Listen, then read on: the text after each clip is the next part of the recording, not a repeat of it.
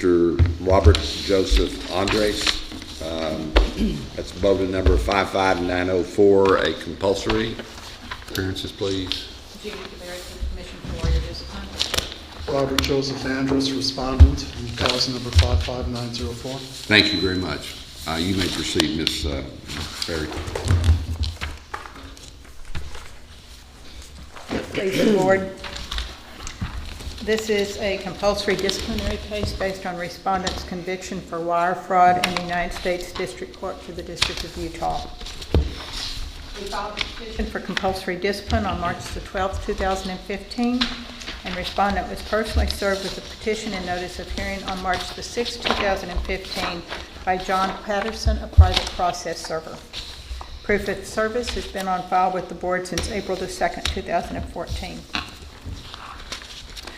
On December the 7th, 2011, the respondent was charged by indictment with counts 1 through 5, wire fraud in violation of 18 United States Code Section 1343 in case number 211CR00985, style United States of America versus plaintiff versus Robert Joseph J. Andres, defendant in the United States District Court for the District of Utah, Central Division. On December the 17th, 2014, a judgment in a criminal case was entered in cause number DUTX 211CR00985-001 RJS. Style United States of America versus Robert J. Andres, in the United States District Court in Utah, wherein the respondent pled guilty to count 1 of the indictment, wire fraud in violation of 18 U.S.C. Section 1343, and was committed to the custody of the United States Bureau of Prisons to be imprisoned for a total term of 56 months, and upon release from imprisonment to be on supervised release for a term of 3 years. The respondent was further ordered to pay an assessment of $100 and restitution in the amount of $3,291,310.39. At this time, the commission would offer petitioner's exhibit number 1, which is a certified copy of the indictment filed in the underlying criminal case, a certified copy of the judgment in a criminal case entered in the underlying criminal case, my original affidavit attesting to the fact that the respondent is the same person as the person identified as the defendant in the criminal case, and the original certificate of Blake I. Hawthorne, clerk of the Supreme Court, dated April the 8th, 2015, which indicates that the respondent is licensed and authorized to practice law in the state of Texas. Is that all those are offered as Exhibit 1? Exhibit 1 through 4. So each of the ones that you identified was a separate exhibit? A separate exhibit, yes, sir, I'm sorry. 1 through 4. Any objection, Mr. Andres? No objection, Your Honor. They will be admitted. Thank you. May I approach? You may.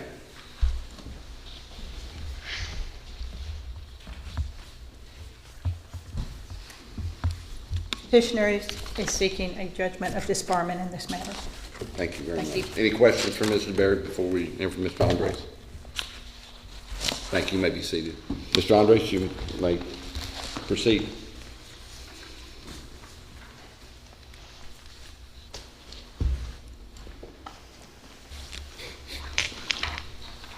I'd like to make a statement. My name is Robert Joseph Andrus. I am an attorney in the state of Texas during the time period involved. During that time period, not acting as an attorney, but acting as a trustee for a Winsome Investment Trust, I was involved in with taking some funds in for participants who were having amounts going through a company called U.S. Ventures LC, which is a limited liability company in Utah, and Robert L. Holloway. During the trial that Mr. Holloway had in Utah in, I think it was the end of July of 2014, I was a witness during that trial, and the prosecutor said I was valued and credible as a witness, and Mr. Holloway, as expressed by the judge, was the sole party doing the things with that. And Judge's hearsay at this point. Go ahead, Mr. Anders. was the sole party that was doing the matters. What I'm saying also is, and I don't have a copy with me, but there was a Novus Technologies lawsuit in 2007 involving Robert L. Holloway and U.S. Ventures LC as a relief defendant. In December of 2010, Mr. Holloway thought he was over and done with the SEC, and then sometime about April 11th of 2007, Mr. Holloway had funds that were frozen. I have in my respondent's response to the petition filed in this matter, there's affidavit attached that Mr. Holloway indicated that he was the sole party, the trust had nothing to do with it, and that he owed over $30 million to the trust. His attorney, Jonathan O. Hafen, also said the same thing, that the trust had no bearing on what U.S. Ventures or Robert L. Holloway did, but he did not attest to the dollar amount because he would not want to do that. The funds that I were told were frozen back in about, I think it was March 30th of 2011, after a civil suit was filed in the January of 2011 against Robert L. Holloway, U.S. Ventures, Winsome Investment Trust, and myself.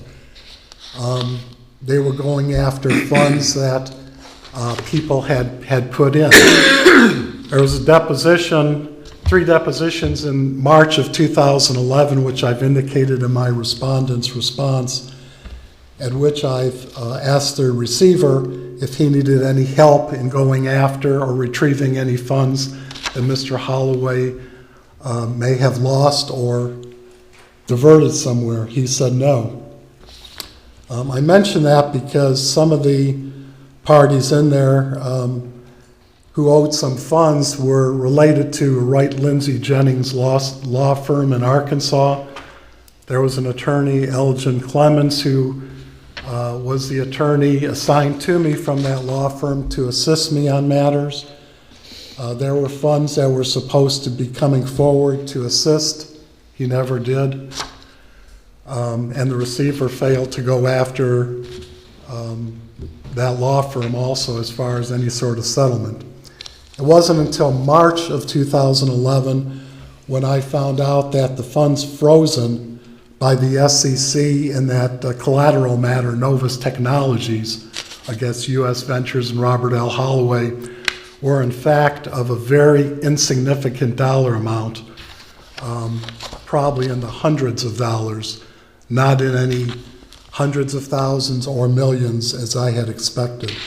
Mr. Anders, let me stop you for just a moment. I want to give you an opportunity to say what you need to, but let me make sure I understand what occurred here. Did you plead guilty to wire fraud in Utah? Yes, I did. And did you receive a prison term of 56 months? Yes, to begin February 17th of 2015. That was a few months ago. 3 months ago, 2.5. Have you served any of that? No. And can you tell us why? There's an extension on the court order, the Report date? the report date. And what is that extension now? Right now, it's May 14th of this year, and I expect it and hope that it will be extended. Can you share with us the reason it's being extended? Parties are working to get the charges against me modified, and that's primarily what that is. Plus the court in Utah allowed me to finish some matters for some existing clients. And is it correct that in addition to the 56 months, you were you're supposed to have a supervised release for a term of 3 years after you get out? That I don't remember, but it's probably correct. And were you ordered to do restitution amount of $3,291,310.39? Correct. You may proceed. I just want to make sure you understand what the purpose of today's hearing is, and that is the fact that you have been found guilty of a crime, and allows the state of the commission to come in and seek the discipline that they are. And I don't know if you're trying to, in effect, say, I didn't do it. No, Your Honor. I did it. Proceed. May I ask one more question? I apologize for interrupting. Is there an appeal from that conviction? No, the court sentencing date was December 17th of 2014, and before any appeal was done, the Christmas holidays and New Year holidays came back, or occurred, and when the attorneys got back, I asked what the status was, and they never filed any. Well, why would there be an appeal? Didn't you plead guilty? For what the sentence was, that's what the appeal would have been. So no appeal has been filed. Is the deadline for filing appeal behind us? From what I understand, the parties working for me are still trying to get the matter modified. What do you mean by modified? I'm hoping that there will not be any incarceration, as the court said, or the panel said. But my question is, the deadline for filing an appeal to the 10th Circuit United States Court of Appeals has already run, has it not? From what I understand, absolutely true. But what do you mean by parties working for you? Is that lawyers, or what does the word parties mean? I did not have any funds to do anything for myself. I have people who have attorneys that are researching to get the matter modified. Does any of that involve trying to get some of this money back? The cases that I've been trying to work on, some of those do include getting some funds back. In other words, are you helping the government in any way which could modify your sentence? Only in the lawsuit did I help them, and there was no, I guess you call it quid pro quo. Nothing like that happened before I gave testimony. That's the Holloway. Correct. And again, I'm a little confused about what actually is going on here. It sounds like to me there is no appeal, and the time for an appeal to the 10th Circuit has passed. Is that correct? Through that court period, correct. And if you're going to get any relief from the judgment, it would have to come from the district court judge? Is that what's happening here? Yes, Your Honor. So, again, I'm not sure I have a good idea. I don't know that it matters, but you're hoping to get your prison time reduced or set aside. Is that your goal? That's the primary one, but in addition, as I put in the respondent's response, I was hoping for a period of time of a few months to try to get the final matters for my clients handled. As one of the witnesses I have, it's been many years that something's been in probate and related matters. Having another attorney step in now would cause problems for them. Well, that would just be a deferral of when you start your incarceration, isn't that correct? Yes, Your Honor. What I'm trying to understand is whether there would be any potential for the prior plea of guilty to be set aside completely. That's what I'm hoping for, Your Honor. And on what basis would you be able to set aside a plea of guilty as opposed to a finding of guilty?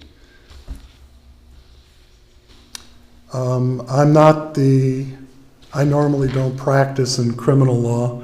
Nor do I. I do not know, but it's possible that the plea won't go away, but that the period of incarceration would. And one of the things that... Well, I understand that maybe the amount of time would be reduced, or maybe, I guess it could be taken away completely, but I'm just wondering if the conviction itself would ever be dismissed or changed since you pled guilty. I don't believe so. So no matter what happens with these people working in your behalf, there will still be, at the end of the day, a plea of guilty, a finding of wire fraud. You're just hoping that you don't have any prison time to do. Would that be fair to say? Well, that's part of it, but I'm also trying to get some restitution for others. Right. But insofar as you're concerned, the best that you're hoping for with these people working behind for you or whatever is to simply do no jail time. Well, that's that on right? my side, but... Right, that's what I'm talking about For your other- side at this point. Okay, That's all I'm talking about. yeah. For others, we're trying to get some funds back, so... Anybody have any questions for, Yeah, I have, you said something about there was only $300 or a few $100s instead of millions missing or something, and then, but you pled guilty to $3 million? The receiver, R. Wayne Klein, is the one who told me that the funds that were frozen were just probably a few $100s. I'm not sure of the dollar amount because I haven't seen any paperwork, but from what I understand, there was not anything that Robert L. Holloway alluded to. The wire fraud count number 1 was for $25,000. It was sent in by somebody through Utah, where Robert Holloway was located, coming from, or at the request of a party who I did not know, who had the funds put in. But according to the attorneys that I used, I had arranged for loans and and use of funds under power of attorney. Some of those funds that came in, not through this program, but afterwards, I used to pay some participants from the program because I thought funds were frozen. Because that happened, they said it was like a Ponzi scheme. Because it was like a Ponzi scheme, the $3+ million was related to certain parties, even though I did not profit from those. And I did not have anything. It was what they said according to the law. I had asked, would it be better if I didn't try to help anybody? They said yes. Mr. Andres, earlier there had been a suggestion that it was sort of a permissive decision on the part of the Commission on Lawyer Discipline to seek the compulsory discipline, in other words, allow. I think actually they're required to seek it. That's why it's a compulsory discipline. Are you aware of any rule in Texas or any aspect of the law in Texas whereby we have any discretion to do anything other than grant the petition that the commission has filed? I mean, you've pled guilty to an intentional crime. It's a serious crime, whether it's less than $25,000 or whether it's $3.2 million. I'm looking for any basis in the law of which you're aware for us to do anything other than what the commission has asked. Unfortunately, I haven't had time. I haven't had time to finish. I called Miss DeBerry and tried to get a 2 or 3 week extension for me to finish that because I had some health problems. And she mentioned that the panel meets every 2 or 3 months. Mm-hmm. So I wasn't able to finish any research. I have not seen anything at this time. I have a question. You have a witness with you today? Yes, I do. You've made some representations to us that she would testify about having a civil matter with you that's not completed yet. Is there anything materially other than that representation that she would talk to us about today? There is an affidavit in my respondent's response which indicates that when I was also picked up on July 3rd of 2012, and at a hearing on July 6, 2012, I was released because they had no witnesses. She happened to be right behind the federal prosecutor and the FBI agent who was a witness, who said that they had no proof that I did anything wrong. Then why did you plead guilty? Well, that was, first of all, on the advice of counsel, I pled because the way they explained me using funds after this program was against the way the law was written, and that it was like a Ponzi type scheme, even though it had nothing to do with that program, and I had loans or power of attorney to use funds. And now that you've made an additional representation of what the witness would say, is there anything else that you would have her talk to the panel about, or do you think you've told us in summary form what that would be? No, sir, it's in the affidavit. It's The nothing else. affidavit and what you've told us, the witness would not add anything else to the record before us today? No, the only thing would be that the number of people that I am trying to finalize some legal matters on, which is why I asked for at least maybe a delay in 2 or 3 months, if at all possible. But that delay, as all. I understand it, is for when your imprisonment would begin, is that correct? I'm sorry? The delay of 2 or 3 months relates to when you would have to report, is that correct? Or to finalize these matters, which the court in Utah allowed me to do, which is why I'm still here.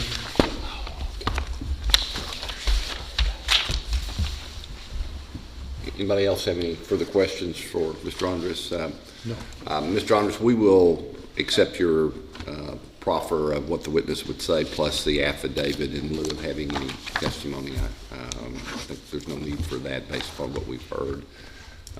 Any further questions? I do have the commission. Yes. When would you suggest, if we grant reciprocal discipline, that it start, given what we've heard this morning?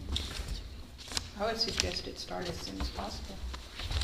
I would object to certain statements in Ms. Jeffers' affidavit as being hearsay as well, just for the record. I understand. I think quite a bit of it actually is hearsay.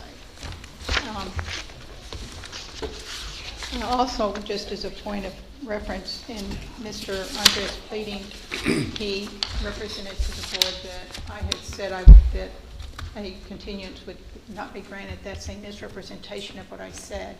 I told him we would oppose any motion for continuance. I just wanted to clarify that point as well. That's fine. Mr. Johnson, anything further? No, thank you. Anybody else have anything? No. Thank you very much. Mr. Berry, do you have anything further you want to add at this point? I do not.